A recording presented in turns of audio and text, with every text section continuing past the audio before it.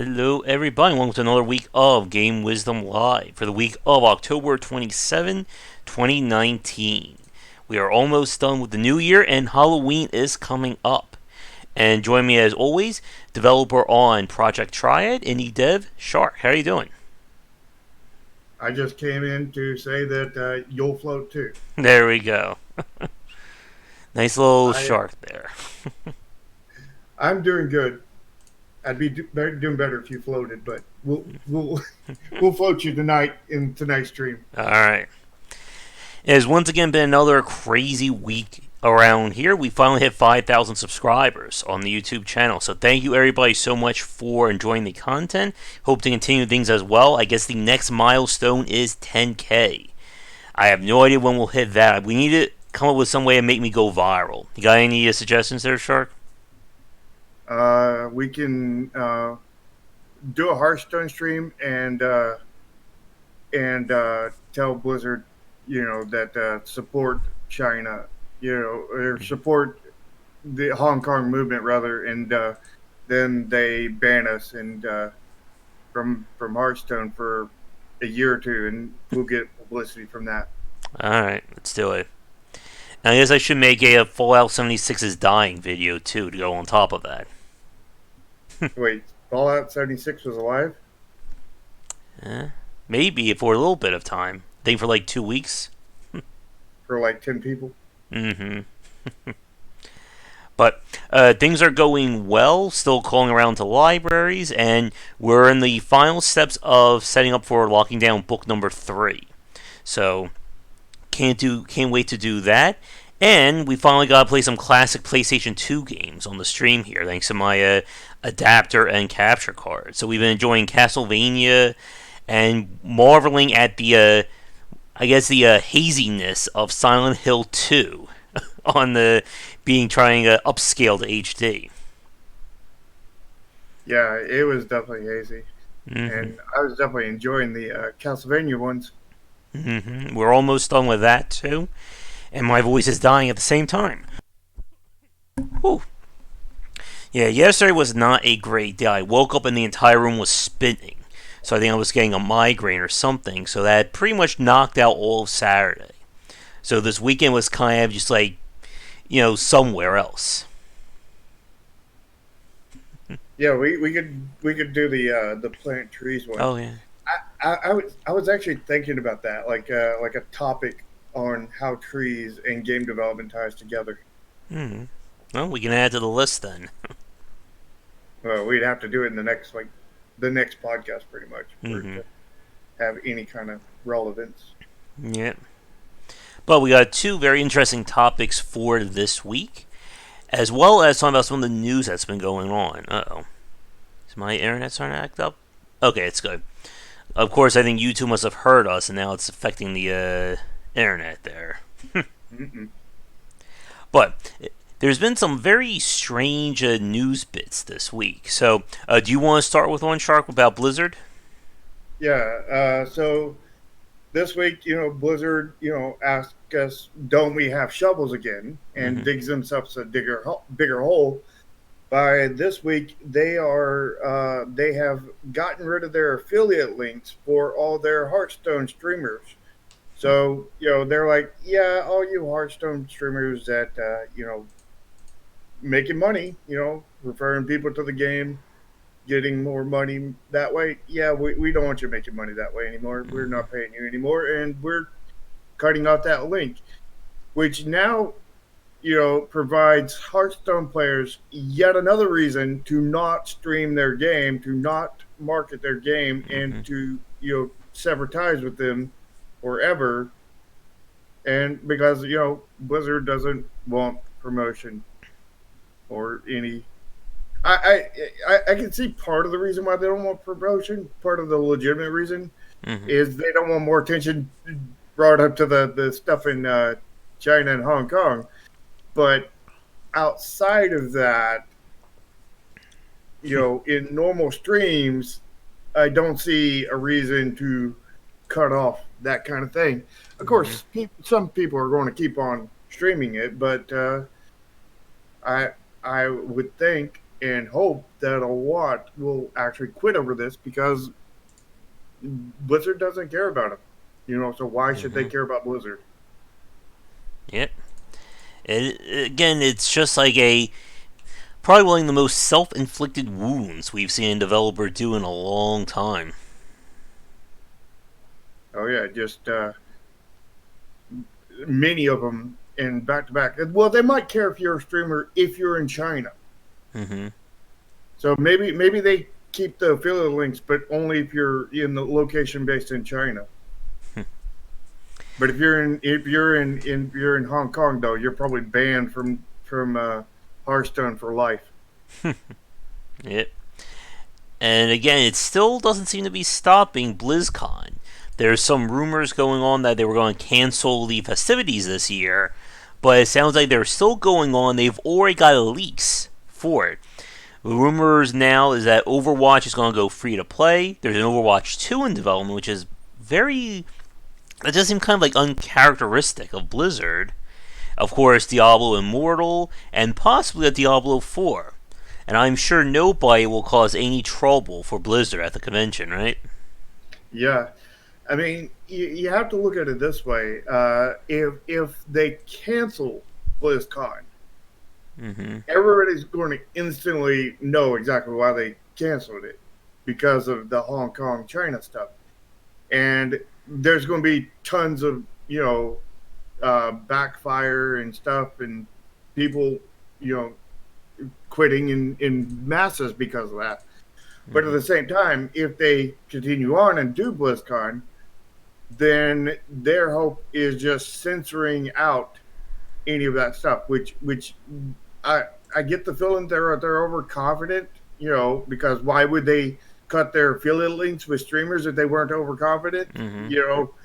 So and it's been such it's such a late time to cancel it at this point. I would have thought that they would cancel it before if they were going to. Mm-hmm. So I don't see that train stopping. I do not see them stopping the BlizzCon, especially when they're planning on making their release for Diablo 4. Probably hoping that that's going to earn them enough company leeway to be like, everybody's excited for Diablo 4. Let's forget about the China stuff. Mm-hmm. We all know gamers, they don't forget or they don't remember these things, right? They don't hold grudges. Nope. Mm-mm. But a lot of them, a lot of people, you know, are less aware of things and will simply wash over them because of Diablo 4. Mm-hmm. So Oh, I hope they include an in-house auction, an auction house system again, because that worked so well the last time. actually, speaking of that, like I have something along that lines that we're putting in Project Triad, and I'm doing it in such a way that hopefully it does not backfire on us the way they did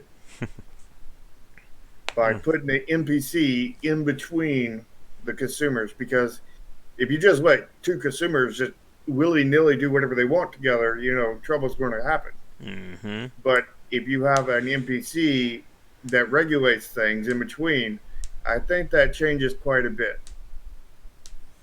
Yeah, But we'll definitely see on that one.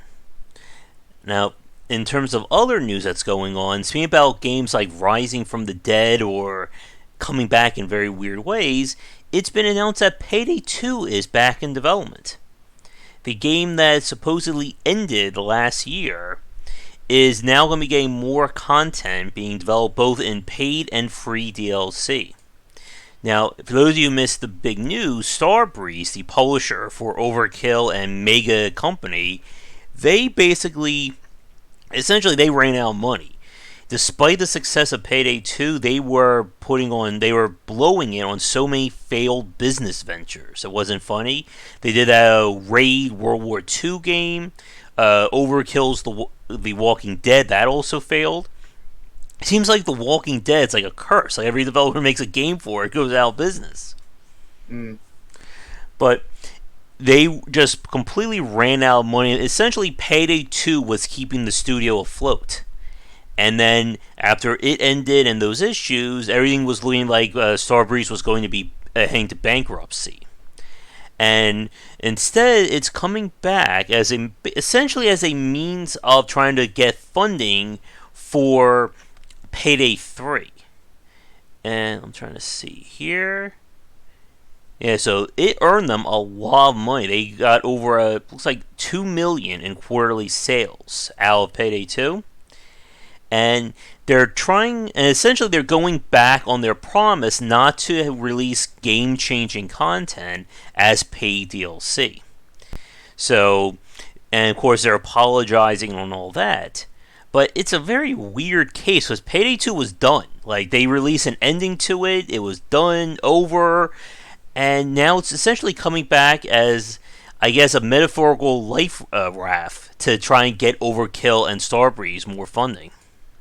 Yeah, I would like to know if its original developer is working on it or not. Do we have a confirmation on that, or I would like to say yes, but I don't know. Like, it says it's still Overkill, a Starbreeze studio, but again, it's one of those very weird situations. I'm trying to see what's going on their forums right now. well, I've never been a fan of that game, but I know it's got a large fan base and everything, and I got several friends that play it. Mm-hmm. And if it is the same developers, I am all for it because um, they don't need to lose their jobs for one, and they made games that people enjoyed. They Mm-hmm. had some issues with some corruption behind the scenes, but that's been purged now. So hopefully Mm-hmm. they can come back and do well.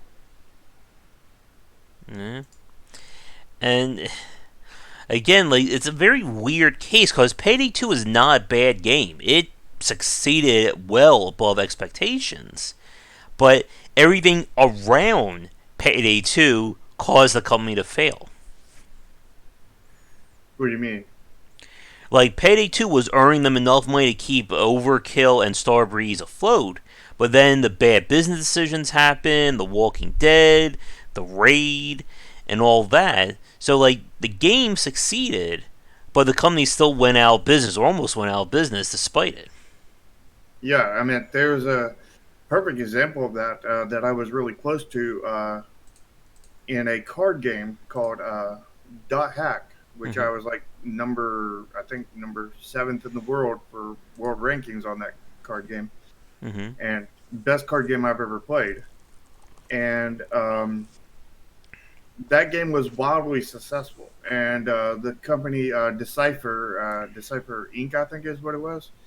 Mm-hmm. Um, they made tons of other card games, which several of them were good, but they kept on making card game after card game. Like every 2 months, they would come out with a new card Mm-hmm. game, and none of them were really successful. Part of the reason why that was is because they were shooting their own selves in the foot by taking their market from one game to the other, Mm-hmm. kind of thing. So that was part of the reason, and they just did so many of them, and they just ended up killing themselves. Basically, the only thing that actually made money was the Dot Hack card game, and then they sold the company. And when they sold the company, the license did not transfer. So Mm-hmm. the new company that bought them was going to continue the Dot Hack card game, but the makers of Dot Hack, the video game, Mm-hmm. said, "Nope, we're not giving you the license. We're not letting you have the license." So the card game ended there. Mm-hmm. Yeah, but, That's a lesson for licensing in video games. yeah. And Payday 2, again, like, they went crazy in terms of spending their money. They got, again, they did collaborations with H3H3, Hotline Miami, John Wick, Hardcore Henry. I think there are several other like movie. Oh, yeah, Scarface. They did as well, and those licensing did not. I bet it did not come cheap. Yeah, probably didn't. Licenses are often very expensive, Hmm. depending on what they are. I mean, generally, if there's something you would like to license, it's probably expensive. Yeah, and again, like it's so crazy how that game developed. I mean, it kind of runs into that similar trek or similar path that Team Fortress 2 did. That as the game added in more content and more elements, it kind of moved away from that original concept. And like Payday 2, like at the end of its life, was just this like nonsensical mess of lore and we're bank robbers, but we can use rocket launchers, mini guns, and all that other crazy stuff. I mean, if you were a bank robber, wouldn't you use a rocket launcher and a minigun? Especially for stealth, right? Oh yeah, especially you playing stealth. I Oh mean, yeah, that is you in stealth in a nutshell. yeah. Kind of get a silenced minigun. No, no, no, no. See, the thing is every time I've seen you ever play stealth, you always do the anti-stealthy thing. Hmm. Let me, you're supposed to creep from point A to point B. Let me just run as fast as I can, make a lot of noise, Hmm. Yeah. shoot people on the way, you know. Hmm. So that the rocket launcher and the minigun would perfectly fit your kind of stealth. Hmm. Or just let me be Batman. That just solves everything. Oh, now I need the old bat signal, shark Hmm. signal But icon. it's going to be, I think, weird to see what they're going to do with Payday 2.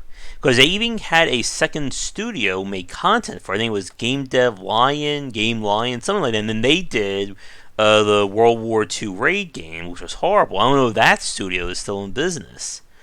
But it just became this like very like weird mishmash of content by the end of it.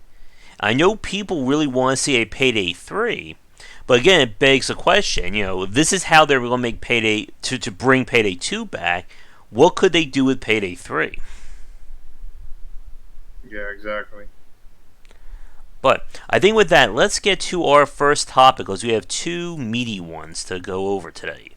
So we'll start with the time and value one because I think that one will probably take up more, well, no pun intended, more time to talk about.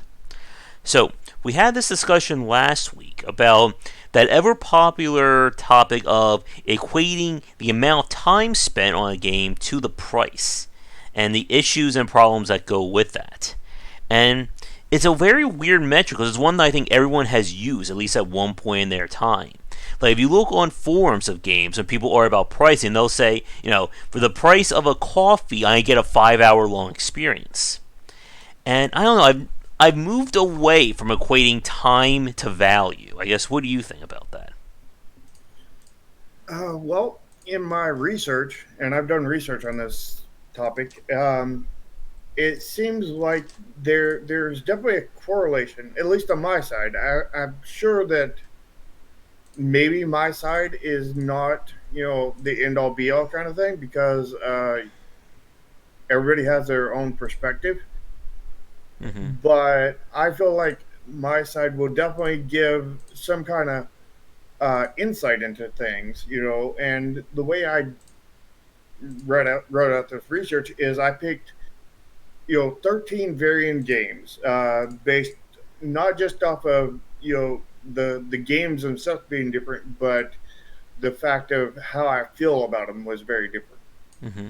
Some that I really felt good about, some that I felt about, some I felt bad about, kind of thing, Mm-hmm. and tried to get a good mix. And I took all those and then I put in not how long the game itself is, but how many hours I put into the game. Mm-hmm. And then I put, list the price that they're currently selling at because I can't go back in time and figure out what they were selling at when I bought them or Mm-hmm. even originally on day one. I could probably use the internet machine to find out what day one was, but I didn't Mm-hmm. buy these on day one. So we're just going off of current prices. Mm-hmm. I think that's also a good, because inflation and all that has effect. So I think that current day pricing is a fair metric to go off of. Mm-hmm. And then I rated them on 1 to 10 based on my enjoyment of the game. And then at the end, I put my end feeling on it and how I felt if felt like I got a good deal, felt like I way underpaid for the game. I was Mm-hmm. amazed with the pricing, felt slightly ripped off, it's so, etc. And charted these out, and through my for a little bit of let's go over a few. Like, should I include the names of the games, or should I leave those kind of? You can mention names. I'll be mentioning some of mine too. Okay. So when we were looking at the time order, because I ordered these in all different kinds of brackets. So in time order, my highest is 7 Days to Die, and it's got Mm-hmm. 1,601 hours into it. The price is $25. My enjoyment was 10. I absolutely love that Mm-hmm. game. And my in feeling was I underpaid, and that's even after I bought like 3 or 4 copies of it and gave it to friends. Like, I still feel like I underpaid for that game. Another one, not this is like a fourth in my order of time. It's a FTL with 91 hours and price of $10. Again, enjoyment of 10, and I feel like I underpaid for that game. Mm-hmm. On the other hand, on the low side times, I mean, we have The Siege. Everybody knows that game pretty much. I only got 2 hours into it, and the price was $2, $10 rather, and my enjoyment was two. Mm-hmm. I I I really was hoping that that game was going to be amazing and everything, but the whole building, the things being too fragile, things not working the way they should, it Mm-hmm. just wasn't enough for me to clock more hours. And in the end, I felt ripped off. Um, then we have like price order, like top of the prices of the ones I put was like Factorio. Factorio's $30, and they're notorious for never Mm-hmm. going on sale. Yeah. I got 409 hours into it. My enjoyment was 10, and I felt underpaid. I underpaid for the game. Where on the bottom side of that, we have like Kingdoms and Castles, which I put 29 hours in. It's a $10 game. I enjoyed it with a 9, and I felt like it was a good deal. Mm-hmm. But if we go up a little bit higher to let's go to a mid tier on price. We have Into the Breach for $15. I put 7 hours into it, enjoyment of 6, and I was so on the Mm-hmm. feeling on the whether I paid for it. Mm-hmm. Um, but then we got now we go to enjoyment order. Like one of the top ones we got there is Legends of Heroes: Trails in the Sky, which is a huge RPG series. Mm-hmm. I got 68 hours into it. It's $20. I had a 10 uh, uh, enjoyment of it, and I was amazed with the price. Mm-hmm. But on the bottom side of that, let's look at let's see here. Let's go with Bomber Crew. Bomber Crew, I had 3 hours in with $15 and an enjoyment of 6, and it was Mm-hmm. for the in feeling. Mm-hmm. So in the end, what I found for myself personally is that um, price really didn't matter. Price really wasn't too much of a factor. It Yeah. was mostly what it was the hours that I put into the game almost 100% corresponded with the enjoyment I had of the game. And I mean that really makes sense because the more you enjoy it, the more you'll probably play it. Um, which that often leads to me feeling like I made a good deal.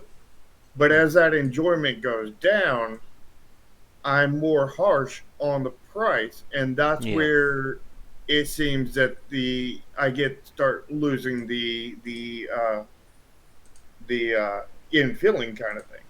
Mm-hmm. The only real exception to that was the see here, Kingdom Two Crowns.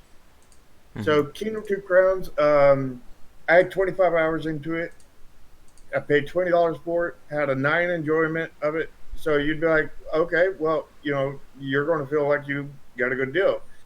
But no, rather, I felt slightly ripped off on that one. And the reason why is because I played Kingdom, the two games before that, and they both felt like incomplete alphas, where Kingdom Two Crowns feels like the actual release game. So I just bought. It's like I bought the alpha and then I bought the beta and now I bought the release game, and so now between the three purchases together, I'm up to maybe $50 in the game, and that's really quite steep. Mm-hmm. So I view that one as like a purchase for all three, because it's there's once I own Kingdom of Two Crowns, there is absolutely zero enjoyment, zero anything I could get out of the two before it, because they're the same thing, just with less. The only thing different is they have slightly different maps, which are maps are very generic, and they could easily put a random gen in there and it Mm-hmm. would benefit the game greatly. So I mean, but I did find that pattern to where it didn't matter what the price was unless I wasn't enjoying it. Yeah. And I feel like that is part of the reason why AAA games often get away with the $60 price tag, because a lot of people really enjoy those games. They're always, we've said this before, they're very competently made. You're not usually going to play a AAA game for a unique experience, but you're going to get a very polished experience. Right. Yeah. So I'm interested to find out what you've figured out on your side Yeah, I with was games. going through some of the games on my list. Now, the thing about me that I think you have to realize, and this for the audience as well, is that I get a lot of my games through press keys these days. So it's rare that I buy a game, let alone buy one at full price. But it does happen occasionally. So I'm going to go through my list here. So the first one is one I think is obvious to everyone. That's the Binding of Isaac. So I bought the Binding of Isaac, $15, as well as the expansion. So that's another $11. So let's say it's about $26. And I spent 285 hours, according to Steam, playing that game. So I definitely got my money's worth on that one. Oh, Dragon. Yep. Mm-hmm. That's sadly the way a lot of AAAs are going, Mm-hmm. and it's going to end that feeling, I'm pretty sure. Yeah. Now, in terms of kind of like being the opposite from other people, I bought Crusader Kings 2. This I know was a bundle that I got off of Humble, so I think this was maybe like a $10 to $15 purchase. I have apparently looks like about 20 pieces of DLC for that game. No idea what any of them are, by the way. And I have spent a sum total of 43 minutes on that game. So Mm. I don't really think I got my money's worth out of that one. Another case. Oh, here's a fun one in terms of just breaking the curve whatsoever. I have Goddess that I got the horrible game from Pure Molyneux. Due to a pricing issue, I got that game for -$3 off of Green Man Gaming, and I don't think I got my value out of that one. You think they should have paid you more? Yeah, I think so. Let's see, where is it? In terms of one of the more, I think this will probably be my most played game. Yeah, definitely. That would go to Left 4 Dead 2. And if Thorne is watching this right now, he will probably agree with that one. So I bought that game. It's on sale. It's on sale for $2 right now. Why aren't you people buying it? All you people complain about a multiplayer game. Go get it. But I know I got that game at full price, so I think that was $29 or $39. I think I got in on a bundle for it. And how many hours do you think I have played in that one, Shark? Let's see if you can guess. Probably a few thousand. I have 899 hours in Left 4 Dead 2 and 369 hours in Left 4 Dead 1. So I got my money's worth and then some out of it. But as another interesting point, I have a friend who spent several thousand hours so far in Team Fortress 2. And my time in that, this is a bad time. I can't find Team Fortress on my list. Here it is, 102 hours. Now that's a weird point. I think this is one I want to ask you about, Shark, and for the chat. I got Team Fortress 2 in the orange box, which, for those of you who don't remember that, it was a $30 purchase that got you Portal, Half-Life 2, and Team Fortress 2 all together. It was essentially Valve's way of breaking, or basically being like the Trojan horse for Steam. And I'll tell you, that was officially the first thing that I got for Steam, like getting it back on my computer.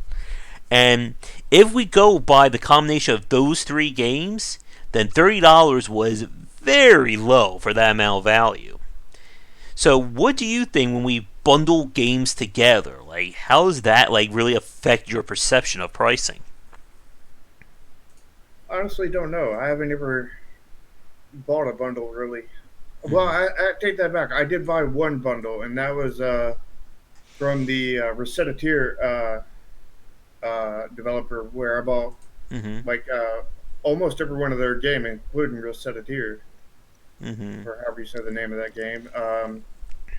Got Fortune Summoner, a few others in there. Yeah. I can't remember how much I paid for it though. Yeah.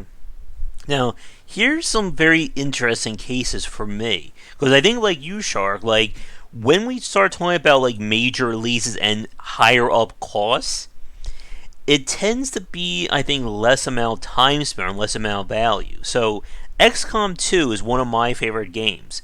I know I bought that even with I had a Green Man Gaming code 4, so I spent $40 for the game plus an additional what was it? It was $40.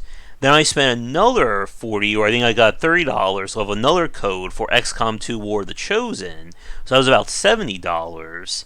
I think I spent an additional $10 for the pre-order bundle, whatever it was back then. So we can say at least, let's say, $80 to $90 off of that game. And I have only spent 37 hours on it. And yeah, I think that's an interesting one, because I have a very similar thing in XCOM 2, where I don't remember how much I paid for it, a good bit. And I've only played it for 25 hours. I both loved it and hated it. Yeah, I me too. It in the way that the gameplay loop was, but I hated it as of the bugs and all the issues that they had in there. And I quit playing it because waiting for them to fix the bugs, which, as far as I know, they never did. They just released the update, which if you buy that DLC, supposedly it fixes a lot of the bugs. Yeah. But you don't get the bug fixes if you don't buy the update, which really kind of pissed me off. Yeah. And speaking about Firaxis, like, the Civilization games are some of the most heavily played games like on the planet, especially as a AAA title. So I have Civilization 5 in my list here. I know I bought that either full price or on sale. So probably, let's say, $30 I spent to get Civ 5, maybe $20, I forget. I have 9 hours in that game. And right now, there's a Civ fan holding their chest in pain at the sound of that statement. Probably. So what would you say your enjoyment was on that one? Not that much. I found it to be like it just really wasn't clicking for me. And I think another thing that kind of skews my readings about these games is that, as you guys know, when I play games, I play them very analytically. Like, I get a lot more out of 15 minutes of playing a game than I think the general consumer does. Oh, thank you, Hundy. But, like, for me, like, and I said this is why when I say that a game has 15 to 30 minutes to hook me, is that during those 15 to 30 minutes, I'm, like, in, like, a laser focus, like what's it, like the RoboCop visor on these games, or Terminator, or like all like the stats like in my UI there, and it's a lot easier, I think, for me to break down a game in a shorter amount of time than other people. But if a game hooks me, like I said, if that game passes my 15 to 30 minute check, I will typically go the distance with it. Like, to give you an example, Renowned Explorers International Society, which, where is it? I know I bought the game at full price, but I got the DLC for free. I got that game for $20, so it has another $14 of game affecting DLC to it, and I spent 82 hours on that game. So you spent how much money and you got how much hour? You got 82 hours. I bought the game for 20. There was about $15 of DLC, but I got that for free as like my press keys. Uh, So I definitely got my money's worth on that. But then I think this was how we started this conversation last week. I played Shadow Tactics. Let me get the full name of it. Where is it? I have so many games that have Shadow. Here it is. Shadow Tactics Blades of the Shogun. This was a critically and commercially successful game that a lot of people loved. Yeah, go for it, honey. We can throw that in as well, or we can save it. We'll make it its own topic too. But I bought that game is priced $40. I waited until like thanks to like bundling and sales, I got that for $24, and I have 2 hours in it, and that's it. So when we go by like enjoyment and price, that is a easily an F in an F grade there, and. yeah. That's the thing, like, and I agree with you, Shark, that we think about price more when we're not enthusiastic about that game. Like, again, like, ask anyone who plays like a free to play or a long term game, they're probably not thinking about price. Like, I actually have a perfect example for you. That Marvel Strike Force game that I've been playing on mobile, again, it's free to play. If in case for those of you listening, that I threw in some air quotes there. And they have these insane pricing when like new characters are added. There's a character in my little guild or alliance, whatever they call it, who every time there's a new character's release, they have it day one. And those day one pricing for it is at least $40 to $60 per character. So this person must have spent easily above $500 so far in this game. And for my point, I have spent a sum total of $3.45 on the game so far. Yeah, that goes along with my data. My data says that basically, if you if you're really enjoying the game, then you're more than likely going to have more hours in the game. Mm-hmm. And if you're really enjoying it and having a lot of hours into it, then you're more than likely going to feel like you got a good deal no matter what the price is. It could be a $200 price tag, and you will, if you really enjoyed the game, you may just feel like you underpaid for that game.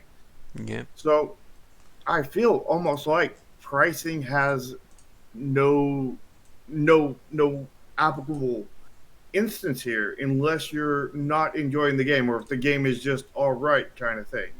If you're really enjoying it, it looks like price has no weight to the thing. And the only weight that I would say it would have would be on preventing you from opening your wallet to actually make the purchase to begin with before you actually know how much you're going to enjoy it. Yeah.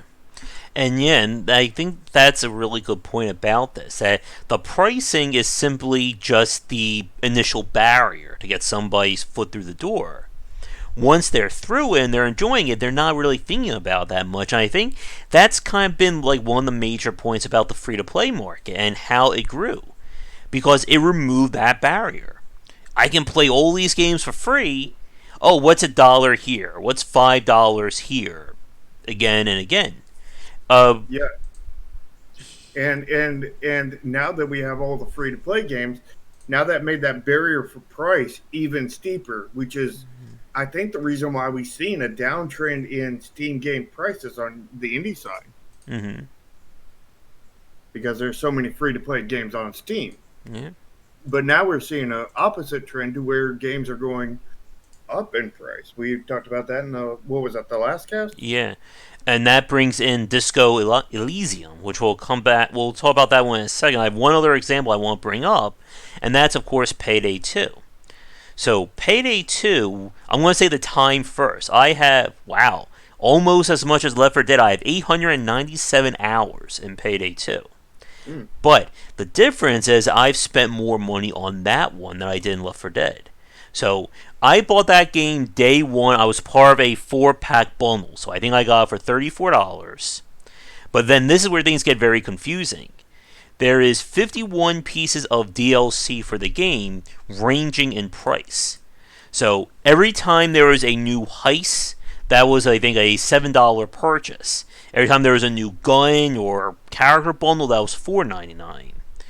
So I can't even calculate anymore how much I've spent, because they've also lowered the pricing on all the DLC as well. And I must have spent easily, I think, over about 100 or more on Payday 2 at this point. Even with buying all the DLC at discount, there was so much of it. Well, if you bought if they were $7 a piece, and you bought them at that price, and you bought just 50 of them, that's $350 right there. Yeah. But I always waited for discounts, so I usually got them at half off, so $2 to $4 per DLC for me. So then that would be like $175 or so, Yeah. So plus your original buying cost, plus the, how many did you say? there's Because that was only 50. 51, but some of it was free. Like, again, like the content upgrade. So 1, 2, 3, 4, 5, 6, 7. So maybe 9 of those DLCs were free. Hmm. Again, it's very confusing in terms of how that pricing works for it. You But said you paid 30 originally, so you probably paid like maybe 180 total after all the somewhere around DLCs. that at the end. So in that case, I think I got my money's worth out of that game. Mm-hmm. And again, like that right there is the example that developers want. They want somebody to buy a game and then keep throwing more money at it. Killing Floor 2 is a really good example of that. But that one just went for more of that DLC or the in-game microtransactions. And the reason why they do that, I think, is very obvious. Because it obscures, I think, really how much money is going into that game. Yeah. Like, right now, it releases, Killing Floor 2 has a lot of free updates to the game, but all the cosmetics and bonus stuff are usually tied to microtransactions. So that game, I think it was $30 or $40 at launch. Again, I got a press key for it, but oh my goodness. Like, their DLC is insane for that game. Yeah, I mean, there's some games on there that have like you calculate all their DLC, and it's thousands upon thousands of dollars, and it's like, oh no, no, Mm-hmm. no, no, no. And there's one thing that we didn't talk about, that games that have had negative reception to adding in more content and what happens. Like Warhammer Vermintide 2, I was just looking at that on my list. That last expansion for $20, I felt that negatively added to that game. Because you could only play, like, it was just like a weird, like, decisions around that DLC. Well, I would say I would think of DLC separate from the game, honestly, Mm-hmm. in a lot of purposes, because like I don't really buy DLC. I think I bought. Actually, I don't think I've ever bought a DLC in my entire life. Mm-hmm. Um, but most of the time, I won't buy DLC because either the games that I'm interested in, they actually go out to completion and they don't do DLC kind of thing, Mm-hmm. or or it's a game that I really wasn't enjoying that has DLC kind of thing, or that it was all right kind of experience, and then I look at the DLC.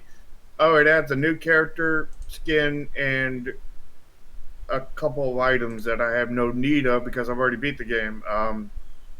For Yeah. $5, you got to be kidding me. There's no worth in that. Mm. A character skin and a couple items for a game I've Yeah. already beat is worthless to me. Yeah. And again, that's why I think like Firaxis with the XCOM expansions, like that is insane value. But as you said, they kind of it was kind of like that old timey supervillain plot, poisoning the well and then selling the cure back to the people. Because it did fix a lot of problems with XCOM 2 and added a lot more in the same breath. But Mm-hmm. again, it's like you know all those issues you had with the original XCOM 2. Here's a solution. Give us $40 for it. Mm-hmm. And I think we'll move on to this question from chat, but let's get to the final. Here's my final question. Then I'll throw it to you, Shar, if you have anything else you want to add. And that is, of course, Disco Elysium. So this game came out, I think it was last week, and it's been getting a lot of praise, a lot of press and coverage for it. Oh, here it is on the 15th, and I think this is either the first or second game from the company, kind of like the Dead Cells kind of situation here. And this game from an indie developer with very few credits to their name is being sold for $40. And I know we talked about this last week, like that took us both by surprise. Yeah, it didn't seem like it was really worth that kind of money.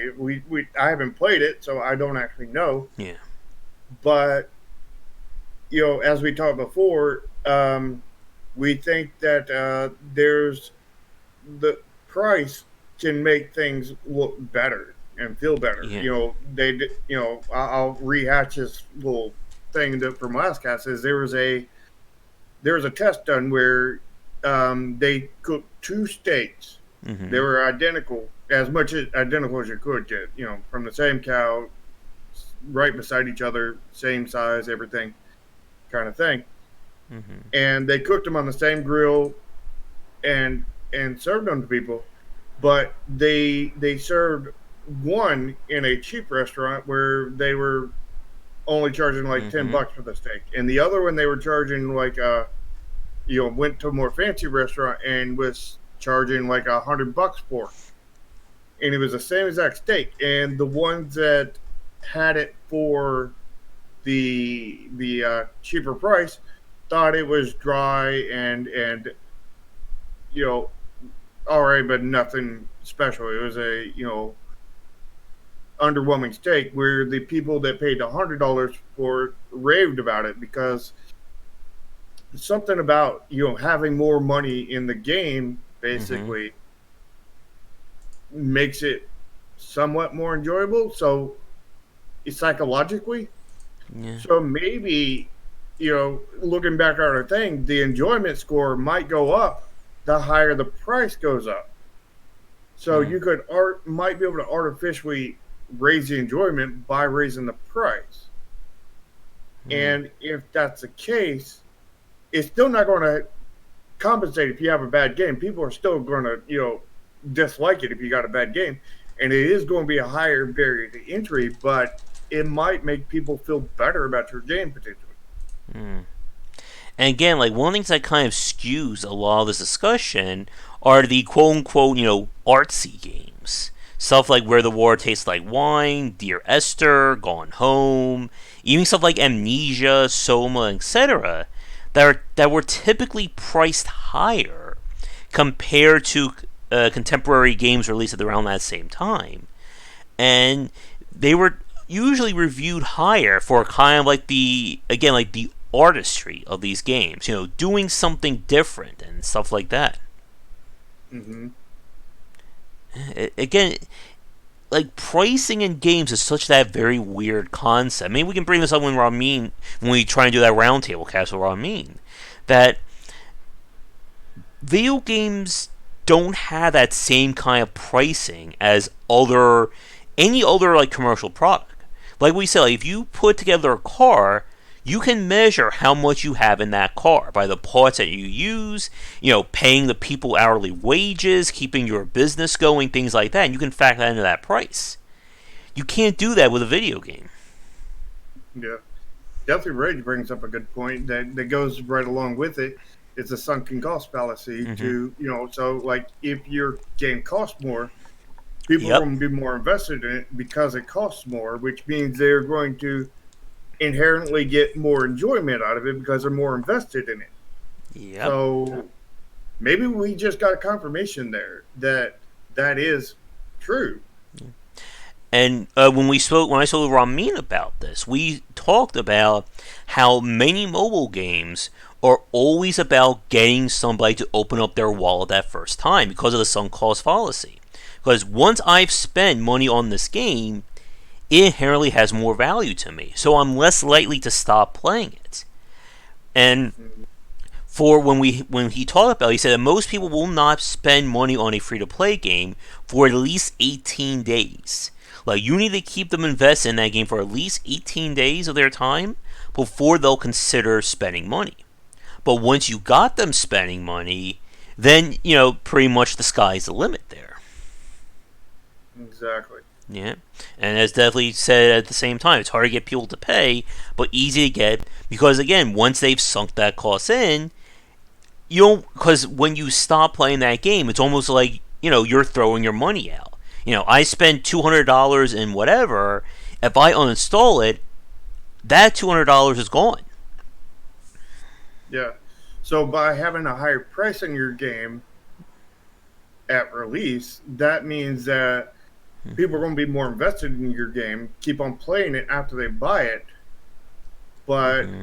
it's going to be that steeper wall, that harder wall to bridge. But at the same time, I think content creators and whatnot will be more willing to cover your game and promote it for you Mm-hmm. with the higher price because they see value in it. Or of course, they also see value in getting paid with sponsorships. So Mm-hmm. that's also a thing. So Yep. yeah, I mean, it's not conclusive that you should make your game more expensive. You know, they should definitely be more expensive than what they are now because indie games are so low that it's very hard for an indie to survive right now. Mm-hmm. But I I don't know what I would think about saying making your game $40 or whatever. Yeah. And I think another thing that we didn't talk about, and this again I think may be too big for this topic, is the actual look and presentation of your game. Like, Mm-hmm. as we're talking right now, I have the Steam page of Disco Elysium up, and, they have two different trailers for the game. Lots of zooming in, showing all kinds of choices. The art looks distinctive. You can tell, again, by looking at this page, that work was put into this game. Now, conversely, I go to Queen's Wish by, of course, Spireweb Software, Jeff Vogue, and that game is priced at $20. And when you look at the screenshots, and again, like, I mean this with no disrespect to Jeff, it looks a lot like those RPG Maker games that we've made fun of in the past. A very generic look. Mm-hmm. So yeah, I think presentation is definitely one key to get you over that hurdle. I mean, but you in theory need to get over that hurdle anyway, Mm-hmm. and you're going to need a good enough presentation to do it. Yeah. So, but we've already talked on length on another cast for the on the aesthetics of a game. Hmm. So before we move on to our next topic, then Shark, do you have anything you want to add regarding the time to money discussion? No, I think we pretty much covered it. I think we can move on to the question Hunley asked. All right, and to Draken's point, according to Steam, they have a total of 116 reviews right now for Queen's Wish. And because I keep bringing them up because I want this game to succeed, Vision Software said finally made over the 10 review mark. They're at 14 reviews right now. Oh wow, they tied us. And I hate to say it, but I think some of that may have been me talking about this game the other day on Twitter. It very well could have been. Yeah. You need to talk about Chromation more Mm-hmm. before it got removed. All right, but before we do our weird game segment, let's go to Hundy's question because I don't think it's going to be that long because I don't know how much of our experience will work into it. But he asked, is it possible to make modern day cartridges for video games still that can hold lots of data? And can you put built-in protection on them as well? Like, is there a way to hinder/fight piracy via hardware design? So that is kind of two different questions. Yeah. So what I would say to this is, I mean, if you can develop cartridges and stuff for like the original Nintendo, the original, Sega, all this kind of things. Mm-hmm. And if you're going that route, you can definitely make them. You could probably put more memory on them, but the fact is they're very slow, so you probably would only be able to put memory on there to a certain point, and by that point, I mean making the games longer, not more work within the time period. So like just more levels rather than more things going using memory at the same time kind of thing. Yeah, you are limited by the hardware of the platform. There's only so much you can do. Like, even if you use like modern day stuff for today to make like a NES game, you're still not going to make a NES game look like a PlayStation 1 title, essentially. That's never going to happen. Exactly. And to your second point about copy protection, this was a major issue or major discussion back in the 80s and 90s with Nintendo. I remember reading this in the book Game Over, that what they did was they built a security chip into the NES hardware that corresponding NES cartridges, or I'm sorry, officially licensed NES cartridges, had the security chip built into it, and the chips would have to basically read each other in order for that cartridge to work. And Nintendo used this to not only monopolize the NES, but also monopolize the cartridges. Because again, back then you had to buy the cartridges to print the games on. So Nintendo was basically earning money every step of game development for their games. And it pissed off a lot of people because of it. Mm-hmm. Well, to be fair, I mean, that's kind of the way it is now, too, because it's now it's just a 30%. Yeah. And then you have to pay for cartridges. So I think it's even worse now than it was then. Yeah. But it's worse industry-wide. Mm-hmm. Yeah, so there is ways to use, or there are ways to use hardware to fight piracy, but you have to be really careful about that. Yeah. Yeah. And if you were to go the kind of the other direction and make your own hardware kind of thing, I mean, the sky's the limit. I mean, you can just, your cartridges could be, 10 terabyte SSDs just repackaged, as a cartridge.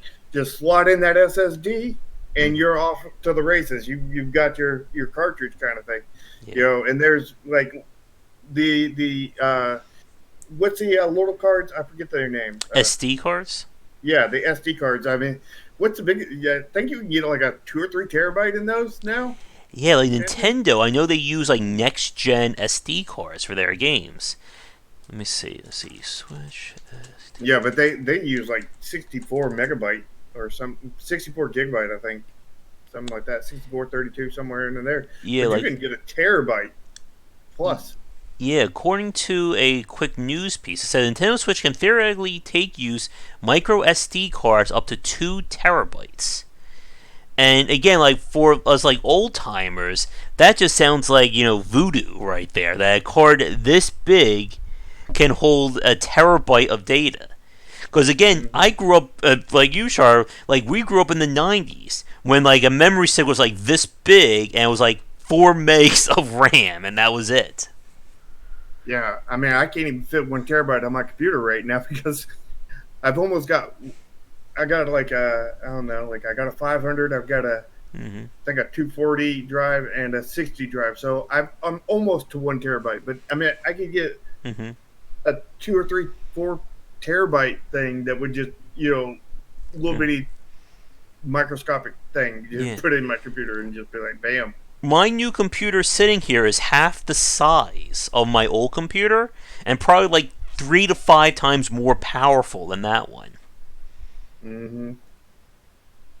But, kind of a little tangent on that is you Mm-hmm. mentioned doing the hardware Mm-hmm. to stop piracy. The thing is we've had a conversation before where piracy really doesn't have a negative effect on the game development Mm-hmm. because there's basically three kinds of pirates. Yeah. There's the kind that you don't have a demo or they don't have the money to put Mm-hmm. up front. They're not willing to risk it rather on the Steam's 2 hour refund rate, Yeah.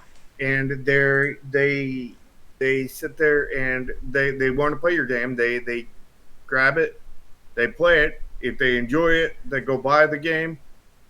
If they Mm-hmm. don't, they uninstall, kind of thing. And you're gaining a cell, not losing a cell by having it pirated. The Mm-hmm. second kind of pirate is kids that don't have any money or disabled people that don't have any money. Somebody who doesn't have any kind of money to spend on games. Or the And people that are like in another country and the exchange rate is so high. Like a $20 game is like $90 to $100 for them. right. And for those, they'll download it because they'll pirate it because they can't afford to buy it. Mm-hmm. And since they can't afford to buy it, they weren't going to buy it in the first place. So you're not losing anything, but you're potentially gaining a long-term fan because Mm-hmm. if one day they can afford it, they're probably going to keep on buying your games. Exactly. So, again, a place where piracy becomes a good thing. And then the other type of pirate is pretty much just a, I don't know what term I can put this in, a a very bad person. Let's put it that Yeah. way. A I very know a bad few of them person. as well. Yeah. I've known people like that. They're the pirates who they will pirate anything and everything. They don't care. They Yeah. pirated just to pirate it. They were never going to buy your game in the first place. They don't care about your game in the first place. It's essentially like here's a list of 100 games on insert your favorite pirating site right here. I can't say or I will get in trouble. They'll just go down that list and pirate every game. I Mhm. remember here's my little expose into GameStop. I was at a local GameStop, and the employees there hooked up a cracked Xbox, and they were literally going through and taking every used game that they could have, put it on the Xbox, download it to the system, and they basically had every game like at the store there. Yeah. I mean, the with these pirates, they're not going to buy any games because they're going to Mm-hmm. they're going to pirate a game because they just why they have this mentality. Why would I pay for a game If I can get it for if I can free. get it for free? Yep. And that was the other guy that I know. I remember he was driving me home from work. He was like, "So, what games do you like to play?" I gave him a list. He goes, "Okay, I'll look them up on Pirate Bay or whatever the website was at the time. I don't even know if they're even still there anymore." And I said, they're like $3. Like they're on sale. No, that's okay. I'll just pirate them.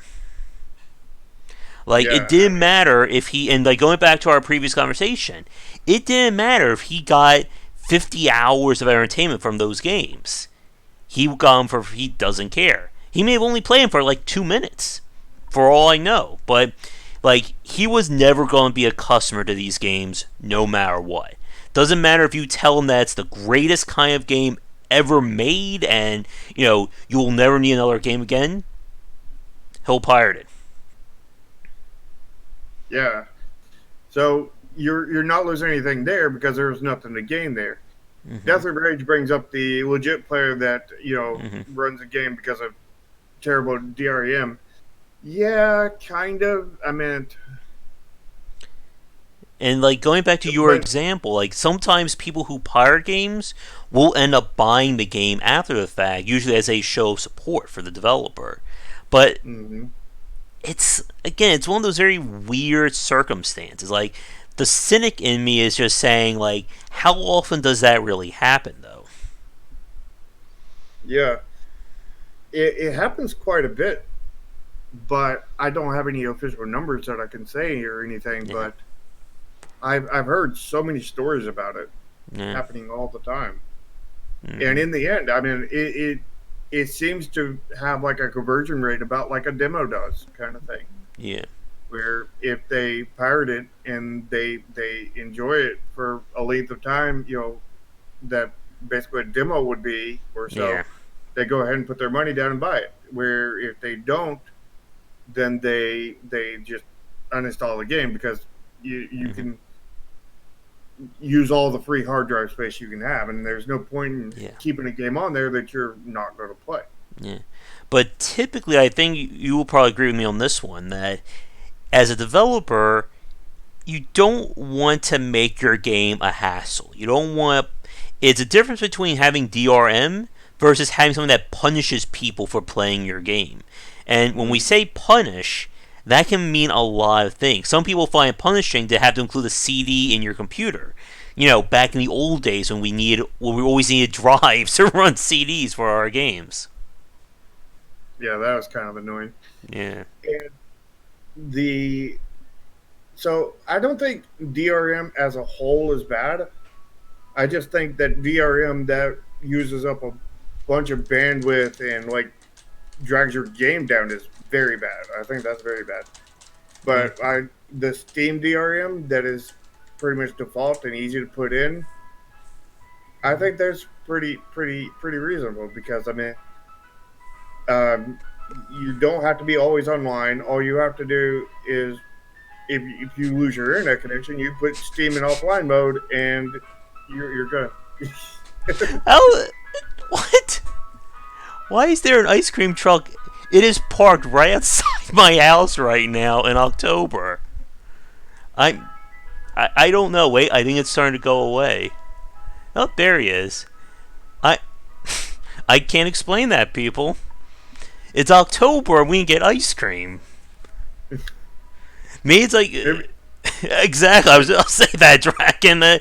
There's probably like an evil clown in that car coming to get me. you'll float too. Mm-hmm. Okay then. Well, that was a fun little diversion. Okay then, but back to talking about piracy, and then we'll go to the next topic. Yeah, thank you.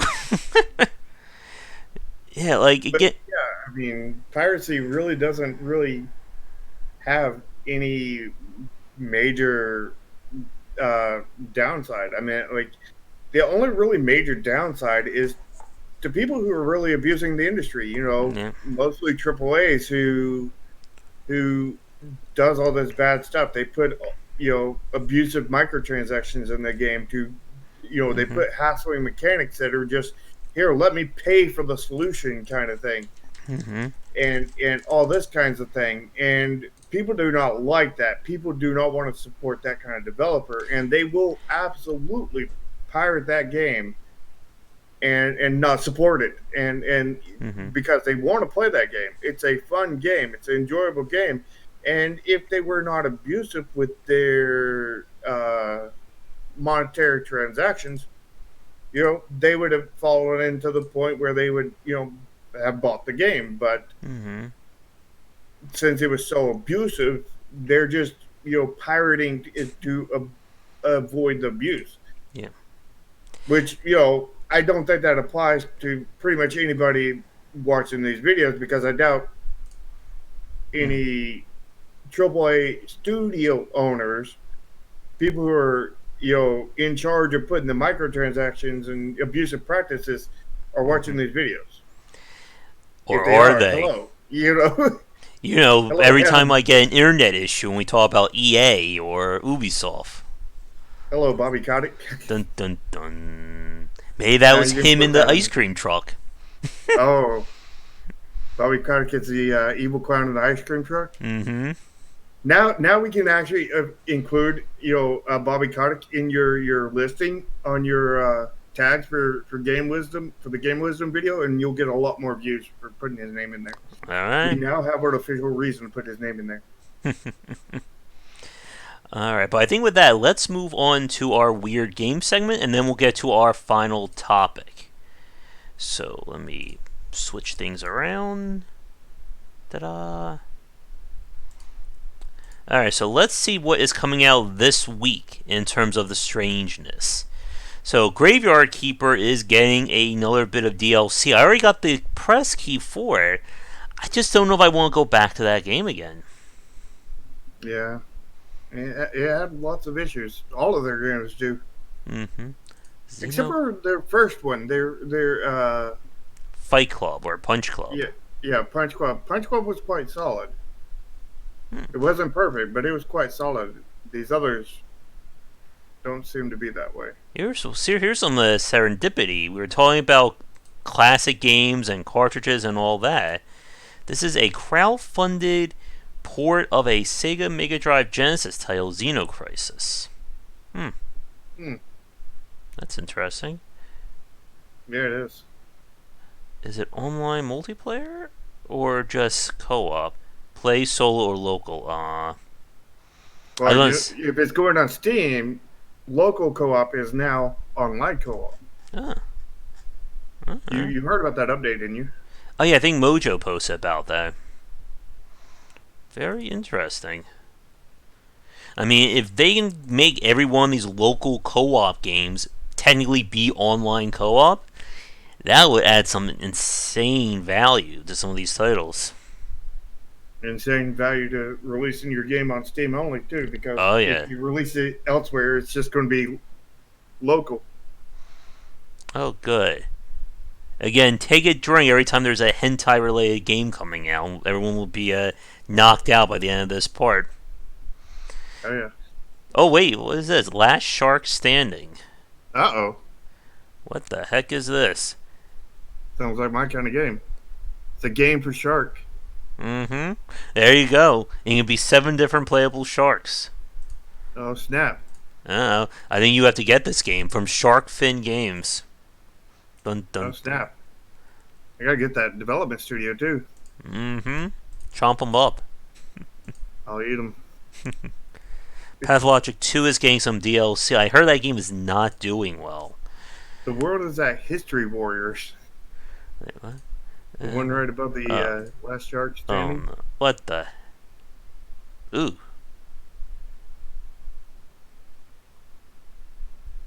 What?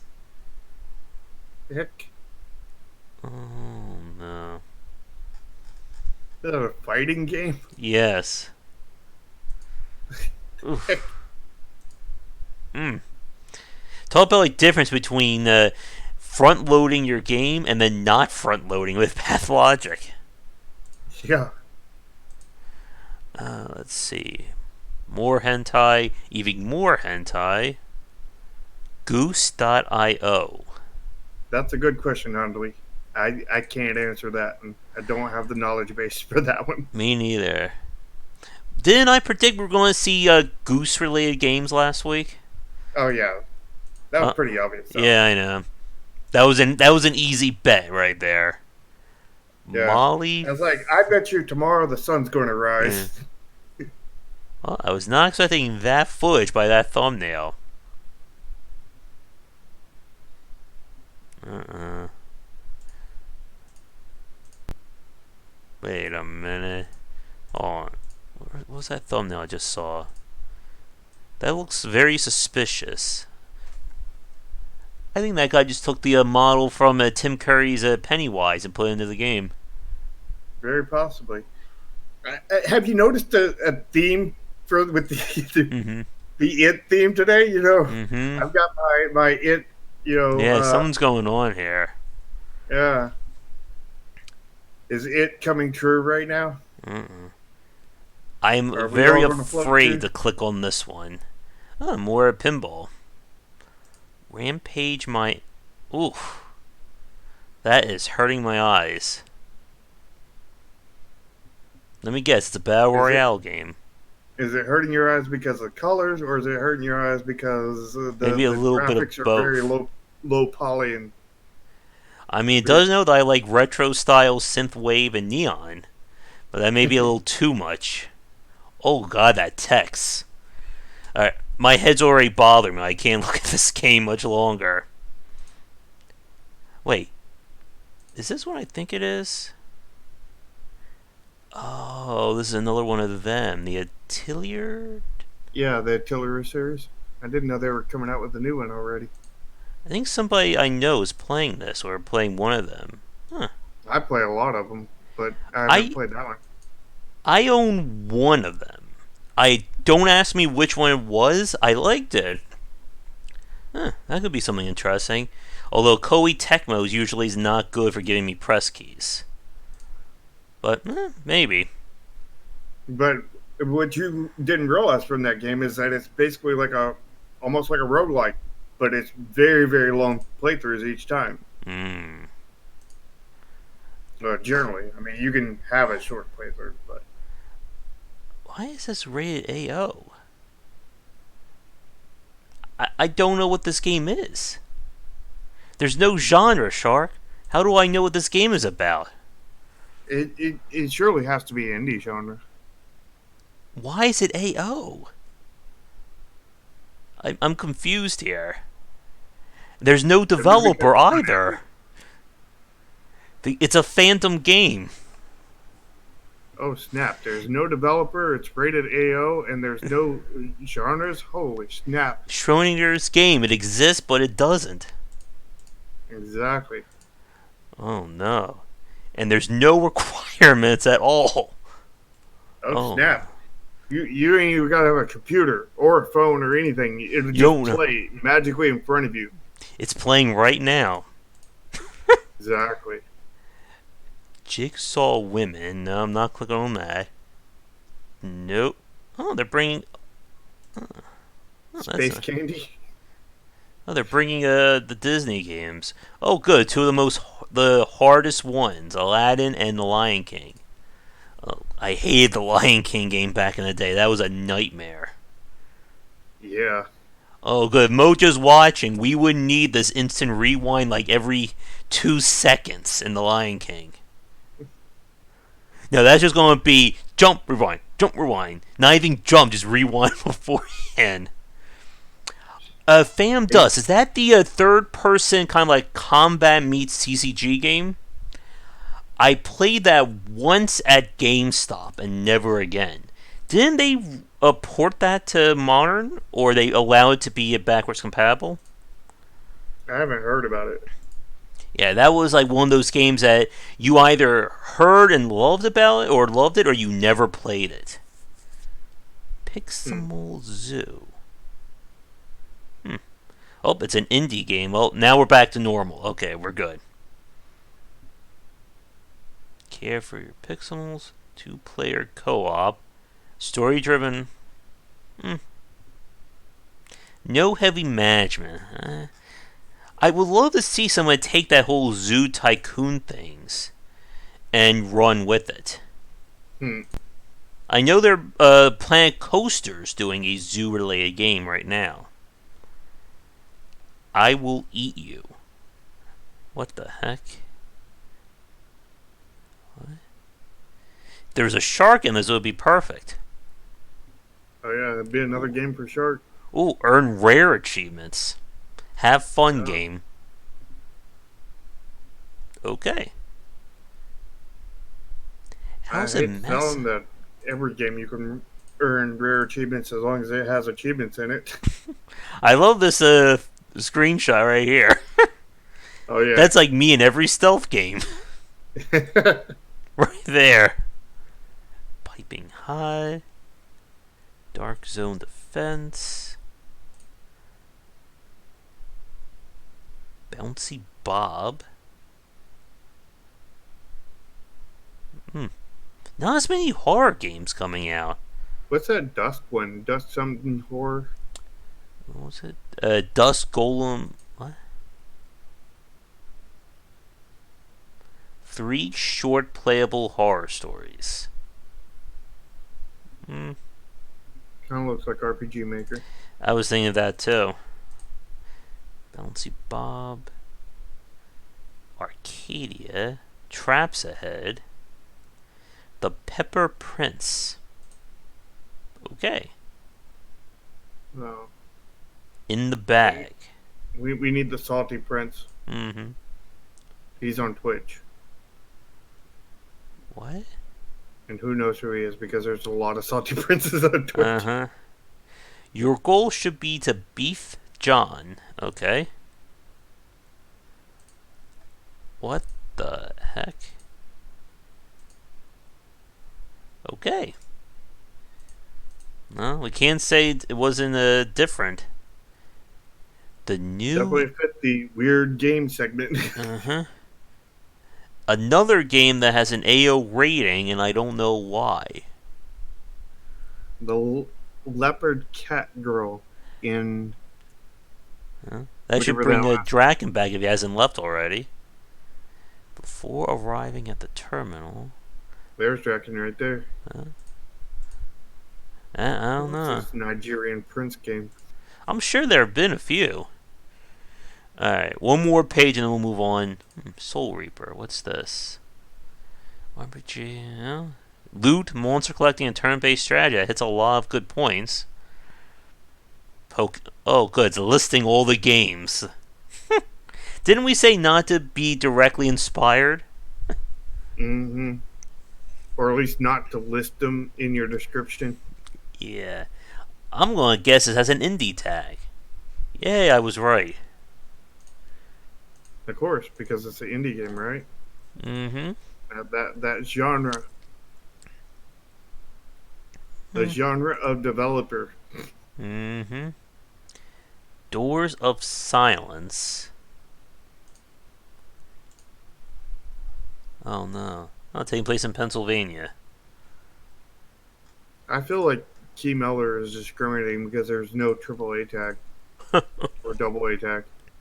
Or single A tag. Ooh, you're talking about salty people? We have Salting the Earth. Uh-oh. Is this a visual novel game? Oh yes, I was right. Ooh, with 5+ hours of playtime. 5+ hours of clicking the left button or the right button. Or spacebar. Yeah. Binky Show? That sounds like a horror game. With the It theme. What is going on here? I should put a clown in the thumbnail art today. It seems like just a bunch of empty terrain. I know, there's nothing there. Maybe that's the theme behind the game is there's nothing there. Alright.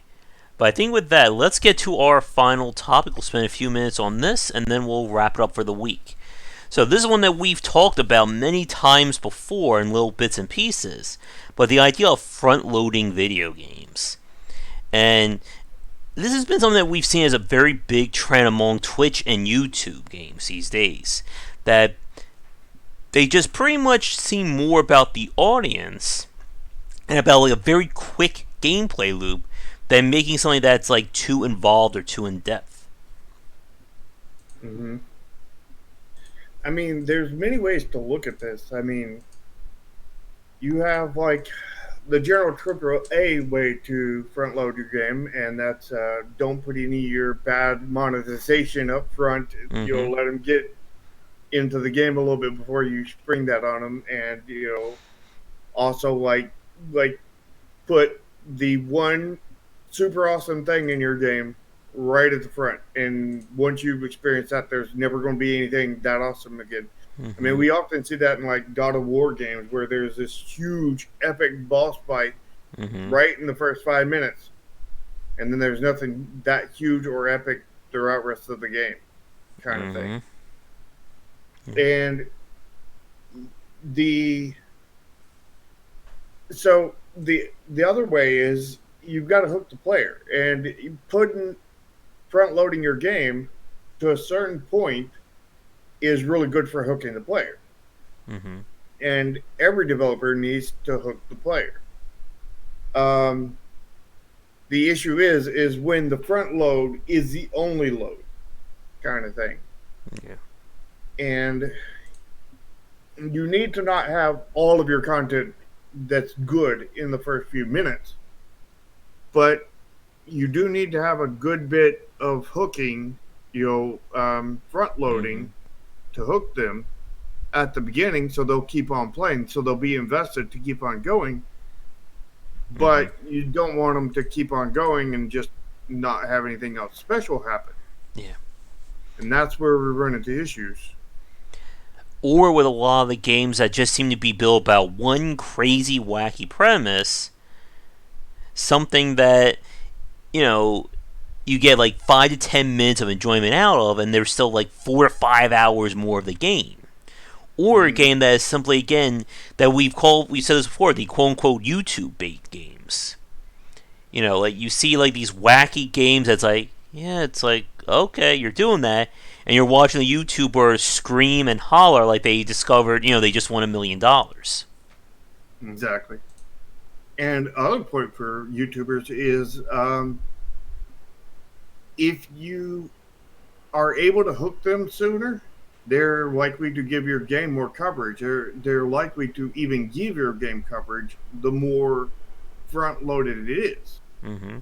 But again, if you don't have good content throughout your game, it doesn't have to be as flashy. I mean, you definitely want some flashy stuff in there, but it Mm-hmm. doesn't have to be as flashy as that. I think the only thing that would have to be as flashy as the front loading is the final boss kind of thing.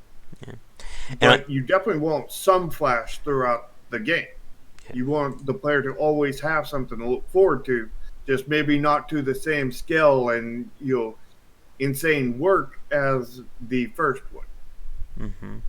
And I think it's important to point out that we're not talking about playability or onboarding in this conversation. Making your game easier to learn or making the UI better. That's not front loading your title. That's just making a really great game. Like we're talking about games that deliberately are built around that first explosive moment, just to get your foot in the door and then do nothing to follow up on that. Yeah. And back to game God of War, there's one God of War, I forget which one it is, but you start off that game and you're fighting this huge, I think it's a giant Yeah. that, Kratos can like run around in circles in the palm of his hand kind of thing. Mm-hmm. And you're like scaling him like all kind of Yeah. what's that one game with all the Shadow of the balls? Colossus. Yeah, Shadow of the Colossus kind of style.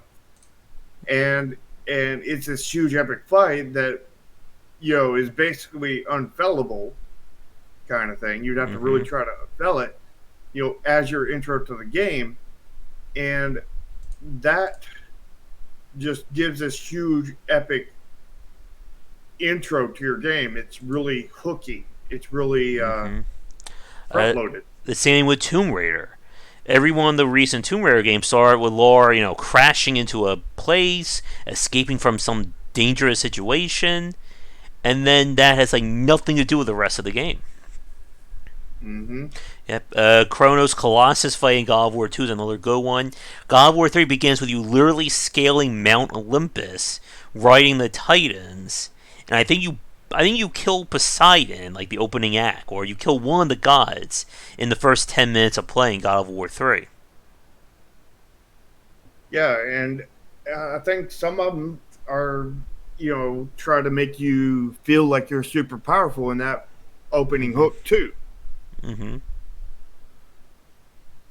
But I mean, front loading is both a good thing and a bad, because if you front load and that is the only real good thing in your game, your players are going to get past that point, and maybe they'll ride that high for a few hours or whatever. Mm-hmm. But after a certain point, they're going to be like, I thought this game was cool, but it's not really that good. Yeah. I'm dropping the game. Mm-hmm. And like what we saw, like if you can compare and contrast Outlast 2 to that Moons of Madness, Outlast 2 begins, with you crashing into this crazy place. Your wife is missing. It's all horrible and nasty. And then that Moons of Madness, the first 40 minutes was us just literally doing maintenance work on the space station. Mm-hmm. We have to go change the paper here. We have to go turn off the leak. And the fact is if a YouTuber does cover your game and they're not already playing it and know what's going on, they're probably not going to give it more than a few minutes. I mean, like, with my game, besides my personal friends that were YouTubers, Mm-hmm. Nobody covered past the second map. A lot of people didn't even cover the second map of Chromasia. Mm-hmm. And there's your word of the day, Mojo, Mm-hmm. since he's right in the chat at this moment.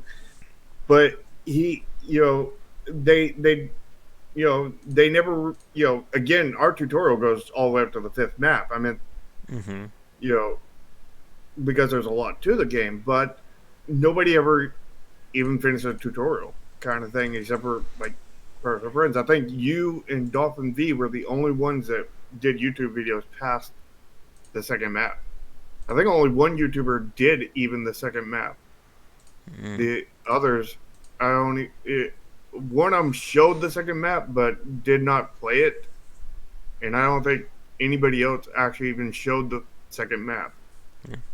I remember this story I read about some like company paying like a Twitch streamer to play their game, and she was just like completely not into it at all.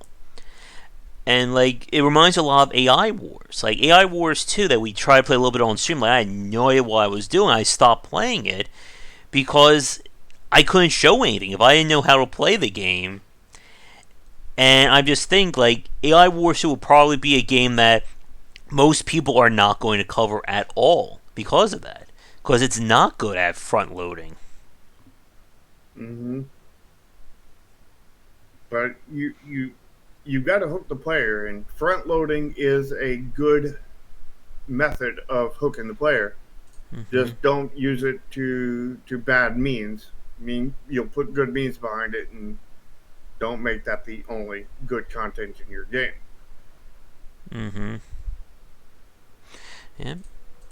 Now, I think one of the things, and I think like one of the things about like a lot of these games is that there has to be more than just that initial hook to it. But like, what about like, what do you think about those games that again like are explicitly YouTuber bait? Like again, like the picture that I use for our piece today, Goat Simulator. I don't think those games are front loaded. I think they're just I don't know. They're more meme loaded kind of thing. Just Mm-hmm.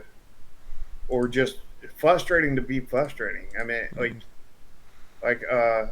there was that Mm-hmm. one game, that one car game where you played as a guy in a foreign country, and I forget the name of the game, but it was nothing but frustration kind of thing, Mm-hmm. and all you did was repair a car, and it wasn't even like all that good, and then you would drive around, and their derpy physics would like sometimes catapult your car 10 miles away while you're driving it and spin it, and you would have the YouTuber reaction, Mm-hmm. and YouTubers like just covered the hell out of that game because it was just so buggy and glitchy, and would just cause these crazy meme worthy things that Yeah. would happen.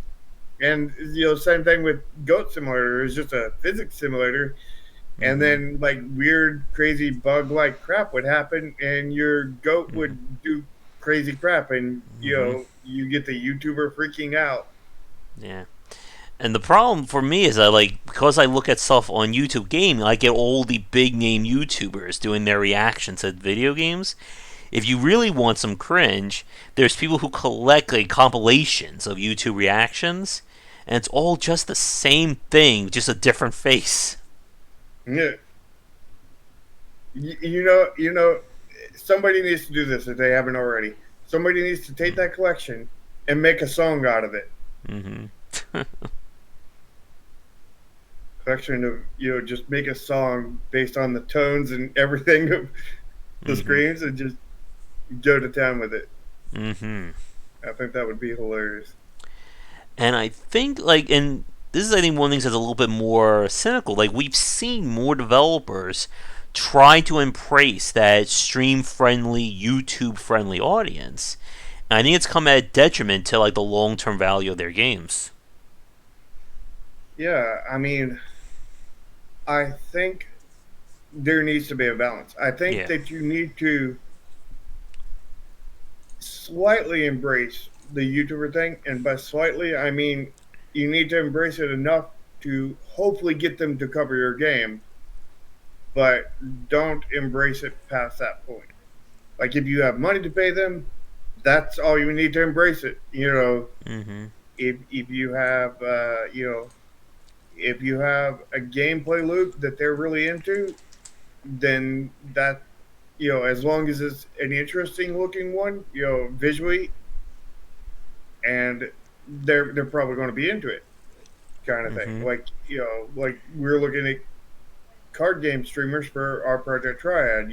I looked at RPG streamers and video makers for Chromasia, but the thing is with Chromasia we weren't visually appealing, so we basically got nobody to cover. We did not appeal to the Mm-hmm. creators enough. So there needs to be a minimum level of, or there's encouraged to be a minimum level in there, but Mm-hmm. not push it to the point where, oh, this is just a meme game and here, have It fun, distracts YouTubers. from the game kind of thing. Yeah. Yeah. And again, what makes this a very tough topic and one we probably don't have time to get fully into for tonight is that again there are people who will misconstrue what we're saying as don't make your game playable. Make your game like La Mulana or Dark Souls, or make it super difficult. Make it that the players to jump through 20 hoops before they actually figure out this game, and then they'll fall in love with it, kind of thing. But that's the opposite problem. Like, just as you can front load a game so much that it doesn't work, you can back load a game to the point that, again, you have to spend 15, 20 hours before you can actually figure out what's going on in it.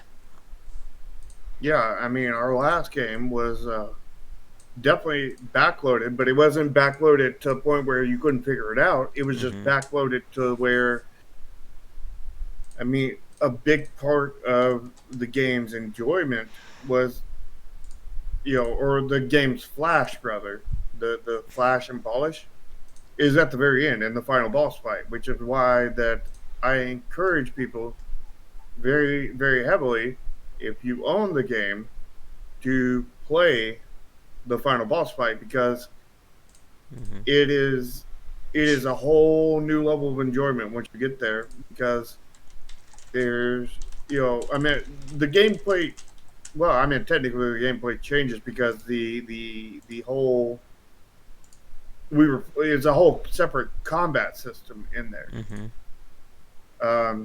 because we had to, because of the boss fight being a multi-tiled setup, and you couldn't do a multi-tiled setup in the regular default thing. Um, but the boss is absolutely huge, and Mm-hmm. there's all kinds of effects, particle effects, and all kinds of like like things that make you wonder how in the heck does this fit the game, kind of thing.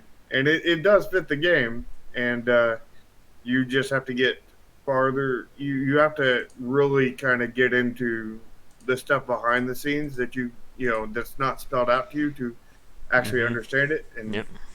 that's one thing that we definitely need to fix. Mm-hmm. But the amount of polish at the end of the game is a lot higher, way higher, worlds higher than it is at any other point of the game. Hmm.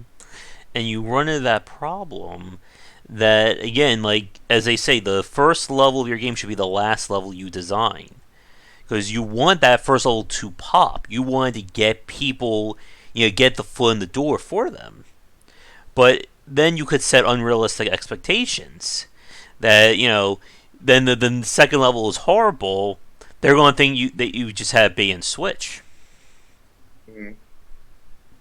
I think that an intro cutscene, like really, on like RPGs and maybe action games and a lot of other games, does definitely go towards the front loading of a game because you've seen many games that had a little intro cutscene or an intro Mm-hmm. video kind of thing that really kind of just popped. I mean, we had an intro you know on our last, but it was relatively short. I'm told, even Mm-hmm. though it was pretty long compared to the rest of them. I mean, most of our cutscenes in the Chromasia was, I think, maybe 10 lines or so, but the first one was probably about 80 or so, and people Mm-hmm. just flew through it, kind of thing. And they're like, "That's kind of too short."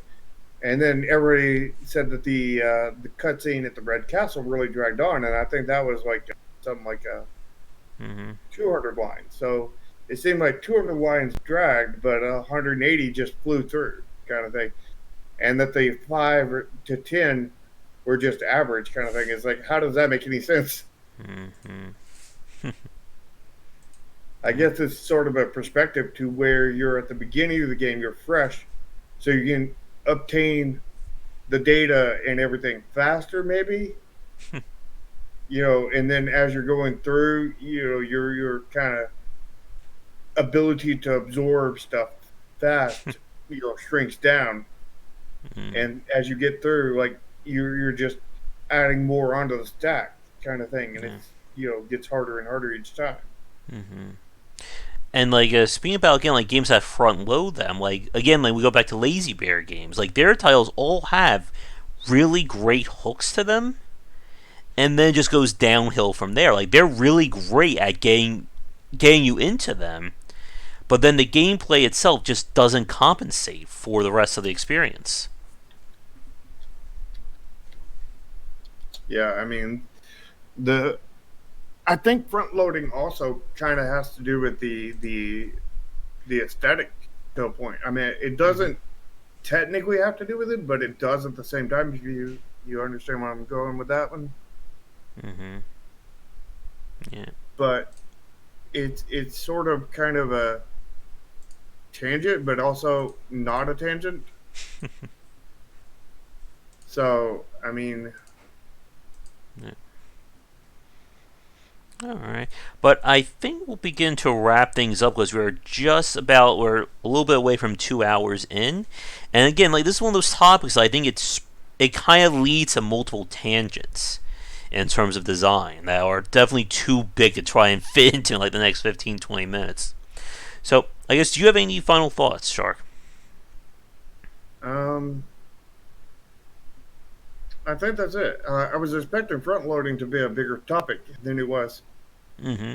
And then the time one, we spent a lot more on that, a lot more time, no pun intended. but did they get a lot more enjoyment out of it? I don't know, did they? What was the chat thing there? Finish your and then Dragon timed it perfectly to finish his dinner. All right, but yeah, again, like there's a lot of different aspects that we can Ooh, my mouth just stopped there. That we can come back to in later pieces. So if there's anything you want us to focus specifically on when it comes to front loading, back loading, playability, whatever, let us know in the comments, and we'll add that to our never-ending list of topics. But I think with that, we'll end things for this week. So thank you everybody, new or returning for enjoying, we'll be back for our regular game stream around 9:30 EST tonight, and our weekly shows start around 3:34 p.m. EST most Sundays. So I'll be including Shark's Discord link in the description down below when this goes up recorded. But if people want to follow you, Shark, what are the best ways to do that? Well, you can follow the Twitter, Nexus Games INC, the number one, on Twitter, and we're going to be putting a bunch of photos up soon of some Project Triad stuff, and you've seen the beginning stages of some of those. I think they're turning out quite well. So we'll be starting that soon, and be putting updates and stuff like that. As well as you can join our Discord. There's no link right now in the live stream, but when this goes up recorded, there will be a link. But there will be a link right now to Josh's Discord, the Game Wisdom Discord. You can come in there, PM me, and ask for a link to my Discord, and I'm Sharky on there, just like I am on here. All right. And you can follow me on Twitter at GW And besides the website here, you can find my written work on game-wisdom.com. But that is going to do it for this week. So have a great night and come back for daily discussions on game design here and on game wisdom, where is in the art and science of games. Until our next talk, take care, everybody.